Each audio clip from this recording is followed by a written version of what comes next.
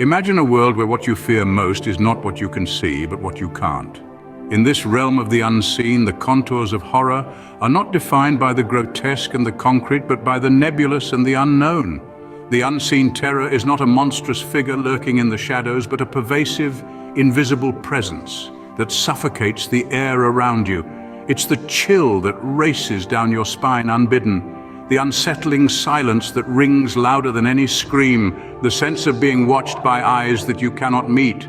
I've known this terror, felt its icy fingers grip my heart. It was many years ago, yet the memory is as fresh as the frost on a winter morning. A day that started as ordinary as any other, but ended in a way that would change my life forever. I was younger then, still naive to the harsh realities of the world, a blissful ignorance I now long for. The day was drawing to a close, the setting sun casting long shadows that danced with the wind. It was then that I felt it, a sudden chill, a silence that seemed to swallow the world. I felt the unseen terror. It was like being plunged into a pool of icy water, the shock stealing my breath away. I spun around searching for the source of my fear, but found nothing. The world was as it was, and yet it was not. Something had changed, something unseen. The terror wasn't in the shadows. It wasn't in the rustling leaves or the creaking branches. It was in the air. It was everywhere and nowhere. It was in me, a fear that wasn't mine, but was now a part of me. And so the ordinary became the extraordinary. The familiar turned unfamiliar. My life was no longer the same. It had been touched by the unseen terror. What was it? Why me? I didn't know then. I don't know now. There I was, standing in the middle of nowhere with the unseen terror lurking around. Have you ever felt an eerie presence in an abandoned place? Well, I have. Picture an old house, so ancient it seemed to be crumbling under the weight of its own history. Its once vibrant paint was now a dull, peeling shell of its former self, and the windows, those vacant eyes into the soul of the house, were cracked and veiled with decades of dust and grime. This was the house I dared to enter as a teenager, brimming with bravado and a naivety that only youth can excuse. As I pushed open the creaky wooden door, a gust of wind swept past me, its icy fingers sending shivers down my spine. It was as if the house itself was inhaling a long, drawn-out breath after years of silence. Inside, the atmosphere was heavy with a sense of abandonment. The air was thick with dust that danced in the sparse shafts of light penetrating the gloom. But what struck me the most were the sounds. The house was anything but silent. It creaked and groaned as though it was trying to communicate, to tell its forgotten tales.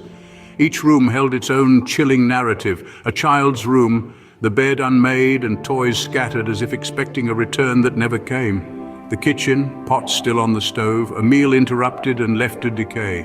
The living room, where a single chair sat facing the empty fireplace, as if waiting for someone to stoke the fire one last time. The further I ventured, the colder it became.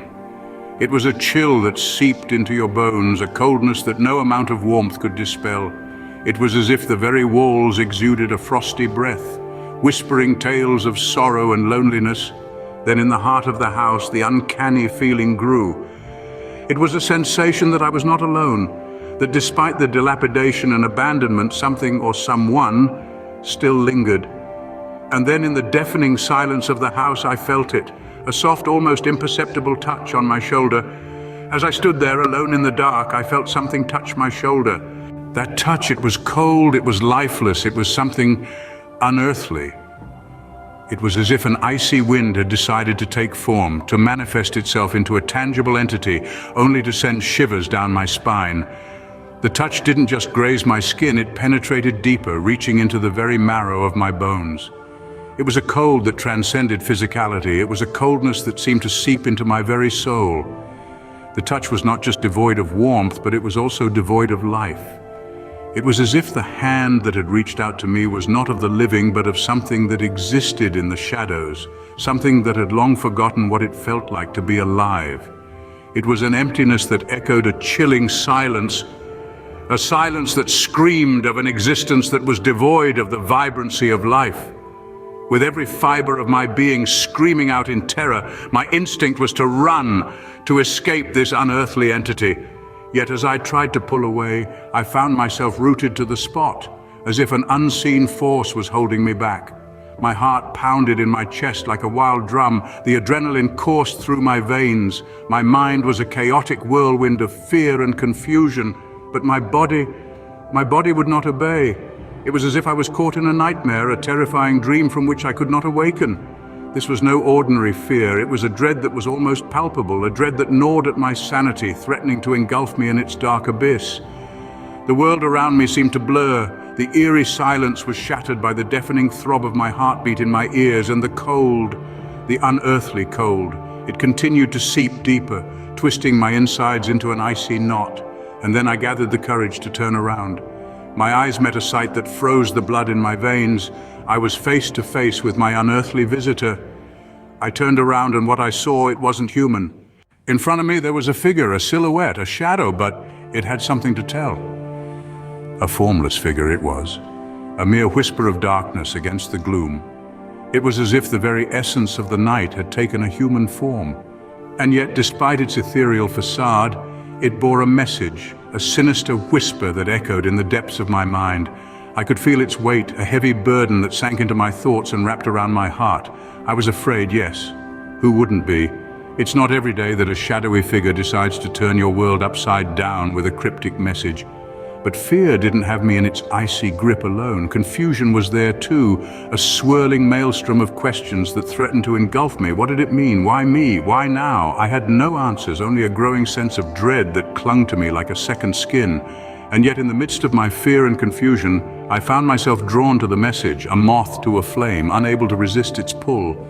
It was strange the way the message seemed to echo in the silence, a lingering whisper that refused to fade. It was as if the figure had etched the words into my very soul, a brand that marked me as its own. The message itself was simple, a mere 4 words that carried a world of implications. You are not alone. It was a statement, a declaration, a fact. But it was the unspoken undertones that sent chills down my spine. The figure wasn't just telling me that I wasn't alone, it was warning me. In the end, it left as silently as it had come, melting away into the darkness. But its message remained a sinister echo that haunted my every thought. The fear, the confusion, the curiosity, they all remained swirling around in my mind like a tempest. The message was clear: you are not alone. You are not alone. Those words, they still echo in my mind. Those 4 words etched into my psyche have cast long shadows over the years. It's not merely the phrase itself that disturbs me, but the voice that delivered it. A voice that was neither human nor spectral, but something in between, something that defied definition and transcended understanding.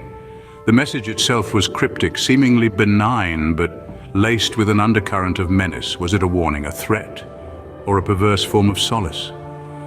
I've spent countless nights dissecting its meaning, parsing each word, each syllable, looking for hidden clues, veiled threats, or coded prophecies. Yet the message remains as enigmatic as the day it was delivered. And then there was the figure, a spectral entity that was as elusive as it was terrifying. Veiled in darkness, it was a silhouette etched against the backdrop of the unknown. Its form was vague, its features indistinct, but its presence was undeniably chilling. Who was it? What was it? Was it a restless spirit, a harbinger of doom, or a figment of my overactive imagination? These are questions that have plagued me for years, questions that I fear may remain forever unanswered. Finally, the unseen terror. It was an oppressive force, a palpable sense of dread that was as tangible as the air we breathe. It was ever present, lurking in the shadows, whispering in the silence, and haunting my dreams. It was a terror that transcended the physical realm and seeped into the psychological, a terror that was as much a part of me as my own flesh and blood. But the question remains, who or what was that figure, and what did it want from me? Maybe I will never know, or maybe the terror is closer than I think.